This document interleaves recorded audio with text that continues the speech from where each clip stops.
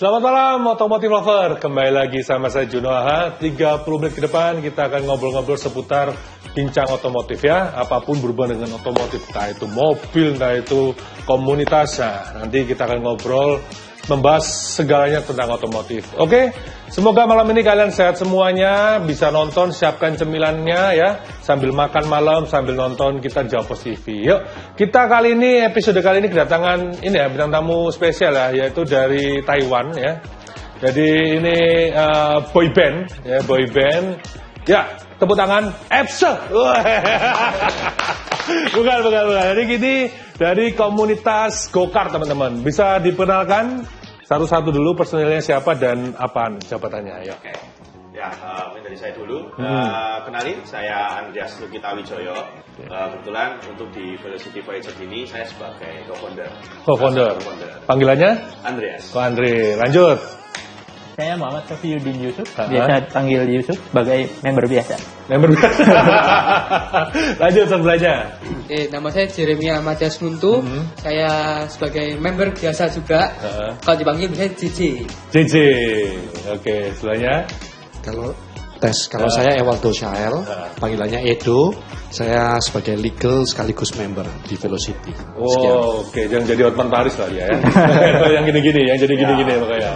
Oke, nah ini otomotif lover semua belum tahu apa sih ini Velocity Voyager. Apa pembacanya apa? Voyager. Velocity Voyager. Voyager. Nah, ini komunitas apa? Bisa dijelaskan ke otomotif lover semuanya. Oke, sebenarnya kita sendiri dari Velocity Voyager itu salah satu komunitas go-kart yang ada di Surabaya.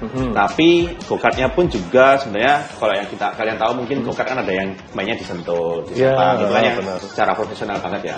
Kalau kita ini lebih ke dari go-kart entertainment-nya lah ya, yang biasanya rental di mall-mall seperti itu. Nah, kalau misalnya kenapa kok kita bisa terbentuk pun juga kita sebenarnya nggak kenal satu sama lain ya sebenarnya ya. Gitu. Kita kenalnya juga ketemunya di tempat yang di Surabaya itu.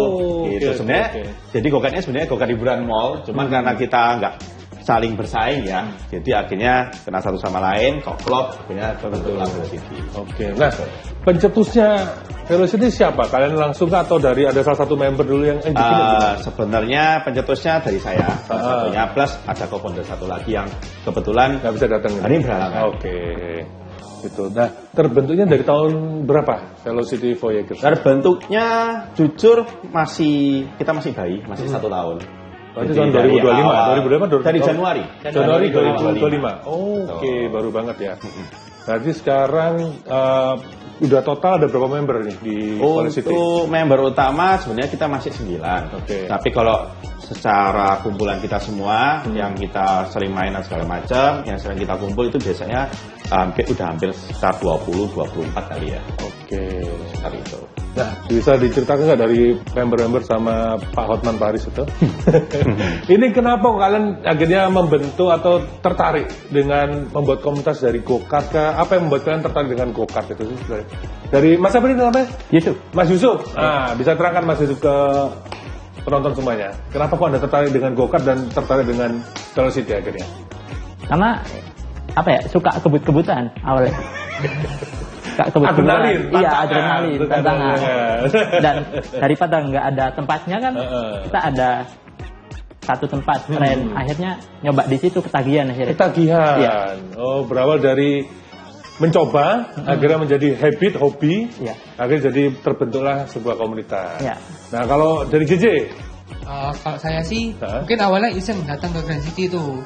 Terus kayak setelah main kayak ada adrenalin rush yang bikin ketagihan banget, pengen balapan terus akhirnya ketemu nih sama teman-teman gini, diajak main bareng, belajar bareng, akhirnya ya udah jadi satu. Oh, berarti ketemu di sana? Iya, di sana juga. Gitu. Nah, kalau Pak Hotman gimana Pak Hotman? Kalau saya itu jujurnya ngilangin stres. Jadi kalau stress release. Ya, setelah sidang selesai gitu ya, setelah ada pekerjaan yang stres, akhirnya kepingin untuk balapan kan, untuk naik adrenalin. Nah biasanya itu di naik mobil ke jalan tol. Oh, Nah itu kan tapi bahaya, iya, begitu kan. benar. Itu benar-benar bahaya. Makanya akhirnya setelah ada go-kart, jadi saya ada pelampiasannya nih untuk bisa latihan kan, bisa ngebut gitu, yang benar-benar nggak ada lawannya begitu. Tapi setelah itu lihat ada banyak kok yang lebih jago-jago, waktunya di atas saya. Makanya akhirnya saya tanya ke beberapa orang ini co-founder, gimana sih caranya supaya untuk naik, supaya kenceng gitu. Nah mereka akhirnya bagi tips. Itu akhirnya membuat berkumpul ya. Kita akhirnya menjadi berkumpul, saling sharing dan akhirnya saling bisa ya tukar pikiran lah. Yang mana mobil yang enak, mana yang bagus, itu akhirnya kumpul. Itu sih. Oke. Berarti ini buat informasi buat otomotif vlogger, ini go-kart itu ya go-kart listrik. Ya, listrik. Elektrik ya, berarti kan ada go-kart yang mesin, ada juga yang listrik. Ini mereka adalah spesialisasinya di listrik ya, go-kart listrik. Apa sih, kenapa kok kalian mencoba go-kart listrik atau kenapa kok gimana? Ada alasannya nggak go-kart listrik? Yang pasti ya karena satu-satunya go-kart yang di Surabaya itu alasan paling remehnya lah ya.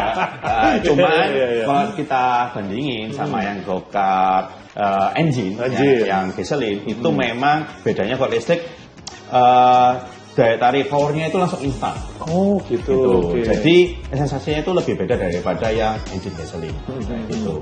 Jadi walaupun kita bobotnya mungkin yang berlebih saya atau teman-teman Bapak, kalau kena listrik itu powernya menahan. Jadi kayak rasa adrenalinnya itu lebih kerasa kalau listrik. Gitu. Dan memang untuk saat ini yang listrik itu memang lagi hype di seluruh dunia. Udah berapa lama mencoba atau menekuni go-kart listrik ini? Setahun ini. Setahun. Kalau dirimu sama setahun juga. Cici juga. Bapak juga. Ya. Setahun semua ya, sama semua ya. Iya. Jadi mereka ini adalah dari penggiat iseng penasaran, akhirnya mencobalah di Grand City itu sewa. Dari situ mereka ketagihan. Nah, akhirnya dari ketagihan itu menjadi hobi. Jadi akhirnya sering ya latihan sendiri kan. Betul. Akhirnya ketemu mereka di satu titik itu, ya akhirnya membuatlah komunitas Velocity Voyager. Oke, Otomotover jangan kemana-mana. Habis ini kita akan lanjut lagi apa aja sih yang di dalam Velocity yang dipelajari mereka ini. Apakah ada permainan-permainan serunya atau tema tag-nya diterangkan sama Velocity Voyager. Oke, jangan kemana-mana, tetap di Bincang Otomotif, fueling your automotive passion.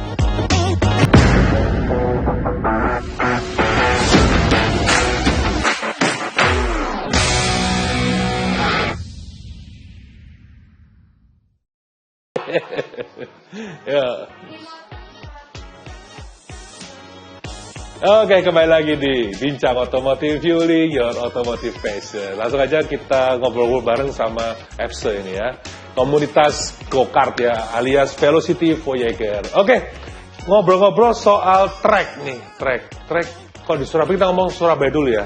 Track Surabaya berarti cuma satu aja ya, atau ada beberapa di Surabaya? Masih cuma satu aja. Jadi kalian sudah hafal lika-likunya, udah hafal bentuknya, layout sudah hafal semua ya? Kayaknya saya tutup mata bisa.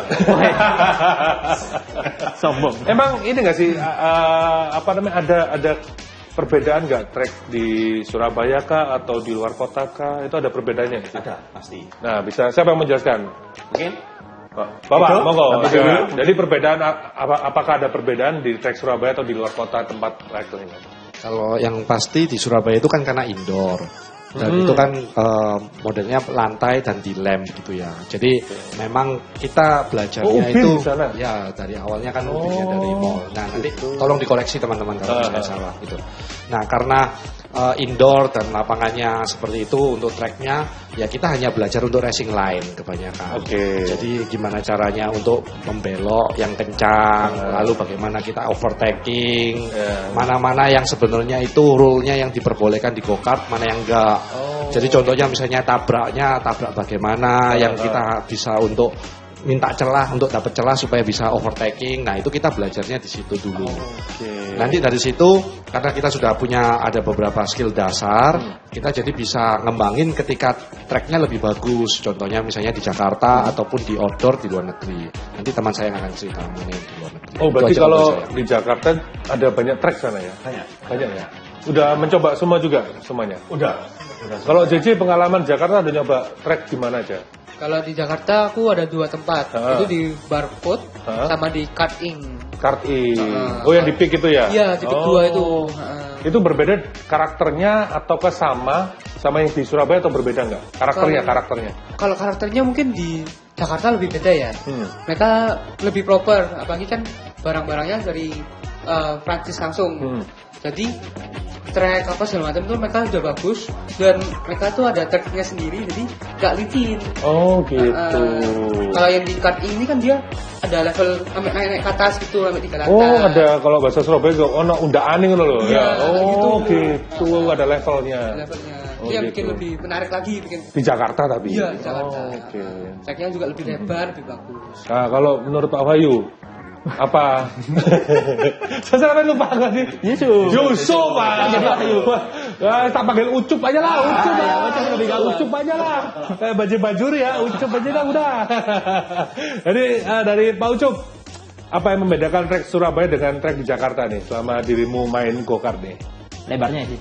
Lebarnya? Iya. Lebar ini ya, treknya ya? Oh. Jadi lebih enak buat nyelip-nyelip gitu. Manuver lebih enak. Iya. Dari segi lantai atau kelicinan tuh gimana tuh? Lebih nempel yang di Jakarta. Oh iya? Oh gitu ya. Nah kalau dari co-founder kan dirimu sudah nyoba di luar negeri kok boleh tahu di mana aja kan? Yang pernah nyoba? Kita yang co-founder biasanya selain di Indo itu ada yang cobain di Malaysia. Nah, yang paling banyak di Malaysia karena di Malaysia sendiri itu udah ada sekitar 9 track. Lebih proper nggak sama Jakarta atau gimana?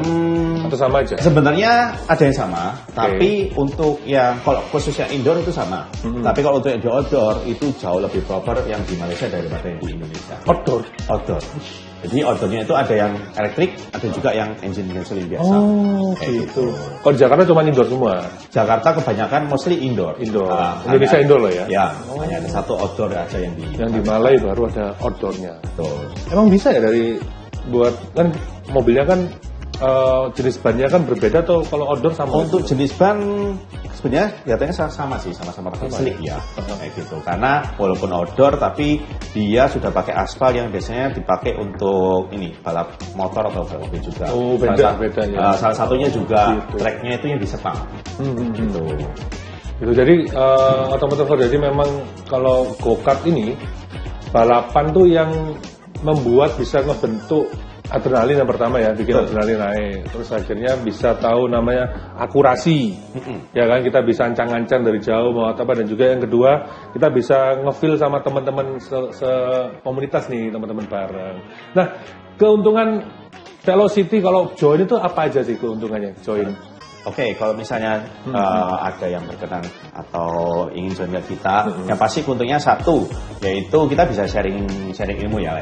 Karena kita juga udah banyak main di banyak track, jadi kita udah ngerti kalau harus di track ini adaptasinya seperti apa, kayak gitu. Terus basic go-kart seperti apa, itu kita juga bisa ajarin, kayak gitu. Terus juga kita bisa main-main bareng, terutama kalau misalnya kita bisa open trip bareng-bareng, misal ke Jakarta, ke Jogja, atau ke Malaysia, seperti itu. Oh, Jakarta juga ada tracknya juga? Oke. Jadi buat otomotif lover yang ingin join, bisa aja langsung ke Instagramnya. Searchingnya apa ini? Kalau di Instagram bisa kalian cek Velocity Surabaya _VPS. Nah itu banyak semua tuh, sampai mereka ini modal buat beli kamera buat konten loh. Ya kan? Ya Pak ya, benar ya. Nah, sampai gambarnya bener-bener yang edit dia nih. Gitu. Jadi buat teman-teman yang tertarik dengan go-kart, apalagi nggak tahu, aku suka main go-kart tapi nggak tahu komunitasnya, nah langsung aja searchingnya di Velocity Voyage, nanti dapat kaos. Itu. Nah, kalian kalau latihan itu seminggu sekali kah atau ada jadwalnya kah? Jadwal tetap atau gimana tuh? Jujur kalau jadwal tetap sebenarnya nggak ada. Kadang kita latihan 2-3 kali lah ya seminggu gitu. Itu udah pasti ya? Udah pasti. Itu. Cuman nanti nggak apa-apa kalau misalnya kalian mau join kita latihan atau mau kenalan, mau tanya-tanya, boleh, kita juga open, langsung kontak ke IG kita aja. Biasanya latihan jam pulang kerja kah atau jam berapa kalian? Kebanyakan pulang kerja. Jam kerja ya? Jam 6 sampai malam. Oh, dirimu kerja, ini usaha. Saya kerja, ini usaha, ini lawyer. Saya pengangguran. Oke, teman-teman, seru ya. Kita malam ini makin syahdu ya, ngobrol sama Velocity Voyager. Jadi makin penasaran nih, kita tadi sudah ngobrol seputar komunitasnya, soal tracknya, go-kartnya. Nanti kita bakal tanya prestasi-prestasi mereka itu apa aja. Jangan kemana-mana, tetap di Bincang Otomotif Fueling Your Automotive Passion. Kembali lagi di Bincang Otomotif Fueling Your Automotive Passion. Oke, kita ngobrol soal prestasi nih. Biasanya kalau main go-kart itu model itu time attack kah? Atau lap-lapan kah? Atau gimana tuh? Ya, untuk pada umumnya sih pasti secara time attack. Time attack? Nah, itu mau di Surabaya, di Jakarta maupun di Malaysia pun kebanyakan untuk regulernya pasti time attack. Time attack. Berarti hitungannya 1 lap? Enggak, jadi tiap satu sesi. Oh, satu sesi. Nah, rata-rata itu satu sesi hampir sekitar 8-10 menit. Oke. Hampir sama semua. Berarti yang dihitung adalah waktunya ya? Betul, jadi nanti tiap base time kita itu banyak mereka udah punya aplikasi sendiri-sendiri. Jadi kita bisa track base time kita kok dibandingin sama orang-orang yang pernah ke sana, kita ada di posisi berapa. Oh, gitu. Berarti tapi kalian pernah nggak ngukur dari 1 lap berapa detik gitu? Pernah. Nah, pernah. Dirimu rekor berapa deh speednya nih? Speed apa? Waktunya nih? Kalau untuk yang di Surabaya. Surabaya kebetulan saya pernahnya di angka di 34 detik. 34 cuy. Oke, kalau Mas Ucup? Sama, 34. Ah, bocu. 34,008. Beneran dah? 008. Wih, Hampir 33 lah. Hampir 33. Wih, keren kan. JJ berapa, J? Kalau aku 34 juga. 34. Terus kalau Pak pengacara? Ya, saya juga 34. 34. Jadi di sini semuanya minimal 34. 34 ini ya? Kalau yang nggak 34, kita cengin. Jadi harus latihan terus sampai 34 baru masuk. Di bawah, maksudnya di atas 34 ada? Ada. Salah satunya temanku yang co-founder lain juga, itu dulu yang masih awal-awal tuh sempat 33. Jadi kita masih 34 semua, dia udah 33. Sedangkan yang terakhir ini, dia udah tembus 32. Wih, satu laptop ya? Iya. Gokil. Terus rencana kalian ke depannya ini selain kan kompetisi di lokal, Indonesia sudah pernah. Apakah ada impian ke luar negeri atau gimana kan? Nah, itu salah satu project yang bakal kita jalani. Jadi kemarin kita udah sepakat sama teman-teman selama waktunya bisa dengan kerjaan kita. Kita ingin ikut salah satu Liga Endurance yang ada di Malaysia. Malaysia. Liga Endurance itu kita akan tanding selama 4-6 jam di track. Berarti ada kelas-kelasnya nggak sih gitu kok? Enggak, itu langsung semua rata dari kelas yang sama, semua bertanding dalam waktu 6 jam. Meskipun beda umur nggak masalah ya? Nggak masalah. Oh gitu, yang penting masuk kategori itu ya? Oh, di Malaysia? Rencana? Di Malaysia. Itu bulan apa, 2026 kah atau? Di 2026 untuk bulannya kita masih belum tahu. Ya? Kita masih nunggu info dari penyelenggaranya. Penyelenggaranya itu di LEL International Circuit. Oke. Biasanya kalau yang kalian turunkan itu siapa aja biasanya? Kemungkinan besar kalau untuk tim utamanya pasti saya salah satunya. Terus kemungkinan masih pertimbangan mungkin di JJ. Dan 2 orang lainnya kebetulan yang co-founder kita yang masih lagi di Vietnam. Oh, lagi survei track go-kart juga di sana. Oh. Jadi mungkin teman-teman bisa cek di IG kita juga nanti. Terus ada satu juga salah satu kita yang udah datang. Oke. Total berapa Voyagers? Kalau yang utama 9, mungkin yang secara keseluruhan ada 20 24. Ya masih baru banget tuh, masih 1 tahun ya kalian ya. Gitu ya. Jadi kalau latihan tempatnya di Surabaya di Grand City, kalian kumpul di sana buat teman-teman yang mau join, tertarik dengan dunia go-kart, dunia balapan, dan ini go-kartnya go-kart listrik ya. Kalian bisa join aja langsung datang mereka atau ke Instagram mereka Velocity, search Velocity ada Voyagers, langsung cari. Emang kalau go-kart ini ya, kita ngomong go-kartnya ya. Go-kart tuh bisa dimodif gak sih? Atau pure dari tempatnya menyediakan itu buat kompetisi gimana? Sebenarnya go-kartnya udah nggak bisa dimodif. Cuman kalau dia balap mungkin istilahnya ride and drive lah ya. Jadi secara unit kita udah sediain, kita cuma tinggal datang bawa badan, bawa perlengkapan sendiri, misal kayak helm, glove, atau reprotection, atau sepatu balap, backpack dan sebagainya macamnya. Oh itu kalian beli sendiri ya berarti ya? Iya, kita beli sendiri. Gitu. Jadi memang udah kita cuma tinggal datang aja, semua nanti pasti udah di-maintain semua sama pihak yang punya track. Oh gitu. Berarti kalau dari Velocity sendiri sekarang ada member baru, kalian juga bakal nyaranin helmnya pakai ini, glove-nya atau pakai ini pasti, gitu ya? Kalau dia udah serius ke balapan go-kart, pasti kita akan nyaranin yang oke yang mana. Oke, gitu. Seru banget ya. Jadi go-kart ini tidak melulu soal fun ya. tapi juga bisa dijadikan kompetisi ternyata. Jadi bisa memunculkan atlet-atlet baru ya di balapan go-kart ini. Seru. Oke, otomotif aja kemana-mana. Habis gini kita lanjut lagi di segmen yang terakhir, sesi terakhir kita akan ngobrol-ngobrol soal tujuan mereka ke depannya gimana, apa aja yang visi-misi mereka yang belum tercapai. Tetap di Bincang Otomotif, Fueling Your Automotive Passion. Nah, sudah sambil nyemil kan, nonton kita sambil nyemil, sambil makan tuh endul, mantap. Jadi biar nggak boring ya kan, sambil ngobrol, sambil makan cemil. Oke, kita kembali lagi di Bincang Otomotif, Fueling Your Automotive Passion. Ngobrol-ngobrol nih soal tips and trick untuk automotive lover ya. Jadi gimana sih caranya main go-kart tuh, apa aja yang perlu diperhatikan, terus ada cheat-cheatnya kah atau ada tips-tipsnya kah, gitu. Monggo dari dirimu dulu kok. Ya, oke. Yang paling penting ya, kalau mau belajar memahami go-kart caranya kenceng gimana, yang pertama pasti harus ngerti apa itu racing line. Karena walaupun kamu bisa nyetir sekenceng apapun, kalau nggak paham racing line, itu pasti akan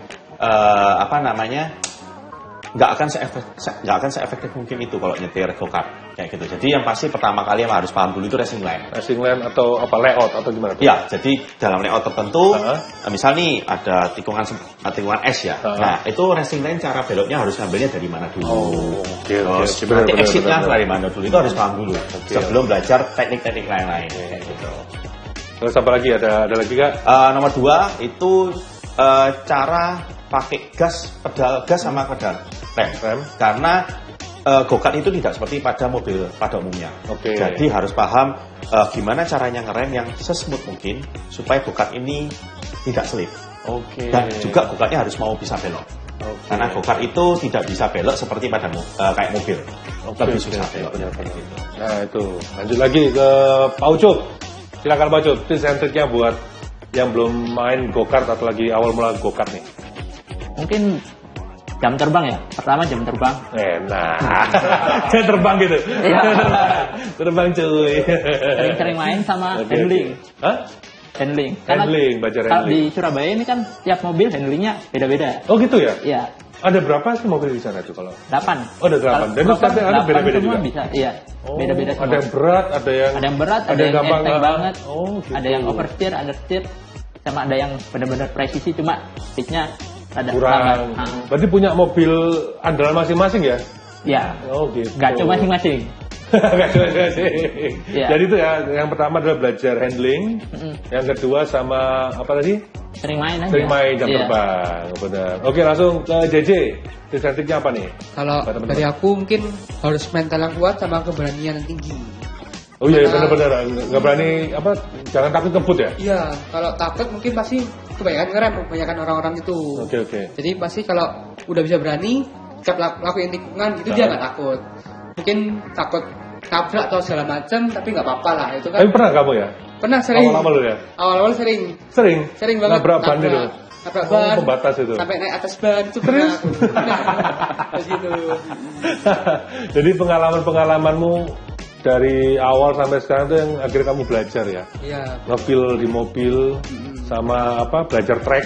Itu udah pasti ya, seperti dibilang tadi ya? Iya betul. Belajar track. Sama kalau kamu dari mental dan? Mental sama harus berani benar. Oh itu benar, JJ bagus. Lanjut lagi ke Pak Andrew. Kalau saya itu Edu aja, paling gampang itu. Kalau saya itu yang paling penting karakter mobilnya sama tipe cara membalapnya kalian itu yang harus disesuaikan. Nah itu tuh gimana cara mempelajarinya tuh? Jadi kalau misalnya ada yang sukanya itu speednya kenceng, tapi otomatis untuk handlingnya pasti dia kalah. Gitu jadi atau ada yang kalau saya senengnya itu yang handlingnya yang bisa pas understeer sama oversteernya pas. Jadi ketika dibelokkan itu mobilnya itu bisa nurut, tapi kecepatannya otomatis kadang-kadang berkurang. Gitu. Nah itu yang membedakan. Makanya ada orang yang senangnya mobilnya beda-beda karena itu. Jadi kalau saya dikasih mobilnya yang lainnya dari Ko Andreas atau yang lainnya, mungkin saya nggak bisa kenceng gitu. Soalnya karakter kecepatannya berbeda. Nah kecepatan itu juga nanti akan mempengaruhi dari cara kita mengerem. Kalau kita misalnya ngeremnya kebanyakan akan tergelincir, jadi akan ngedrift gitu kan. Nah kalau ngedrift itu slip itu mengurangi waktunya juga. Iya, Jadi benar, waktunya benar. hilang 1 detik 2 detik.